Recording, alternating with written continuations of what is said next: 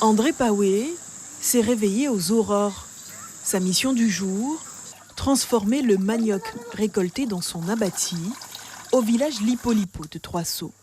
Le tubercule a une place centrale dans l'alimentation des peuples amérindiens. Il constitue la base de nombreux plats et boissons traditionnelles. Chaque espèce de manioc est utilisée à des fins bien précises. Chimbo, Kwakutawa. Il y a plusieurs sortes de variétés de manioc.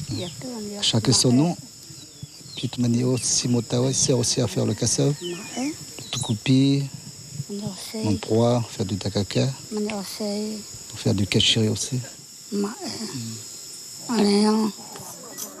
Pas moins de 70 variétés de manioc ont été cultivées entre Camopi et Trois-Sauts. Certaines ont été ramenées du Brésil ou du Pérou. C'est ce que révèle un recensement effectué par les agents du parc amazonien de Guyane, un inventaire réalisé avec les habitants, dont Jérémy Mata a pris part.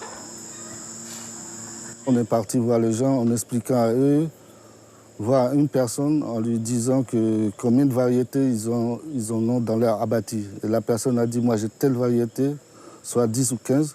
Après on est parti voir les autres.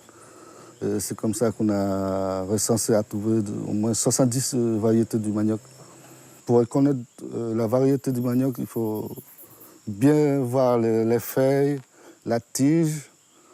C'est comme ça. Après, au niveau tubercule, tu peux trouver les couleurs, mais tu peux repérer facilement aussi. Mais il faut le reconnaître, c'est pas facile.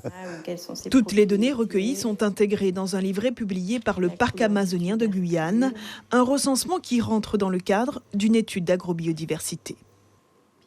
Les parcs nationaux ont parmi leurs missions le suivi du maintien de la biodiversité cultivée, c'est-à-dire les espèces et les variétés qui sont ici cultivées dans les abatis font partie de cette diversité biologique.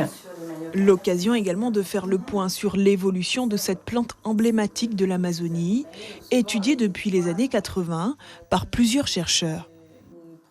On peut conclure aujourd'hui, suite à ce nouveau recensement, qu'on n'assiste pas à une baisse de la biodiversité cultivée. Et ça, c'est déjà bien de pouvoir l'affirmer aujourd'hui, même s'il faut maintenant mettre un protocole en place et assurer un suivi régulier pour vérifier qu'on est bien dans le maintien de la biodiversité cultivée dans l'intérieur de la Guyane.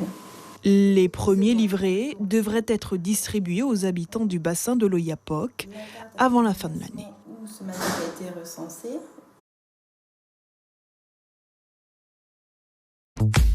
Suivez l'info sur Guyane la Première.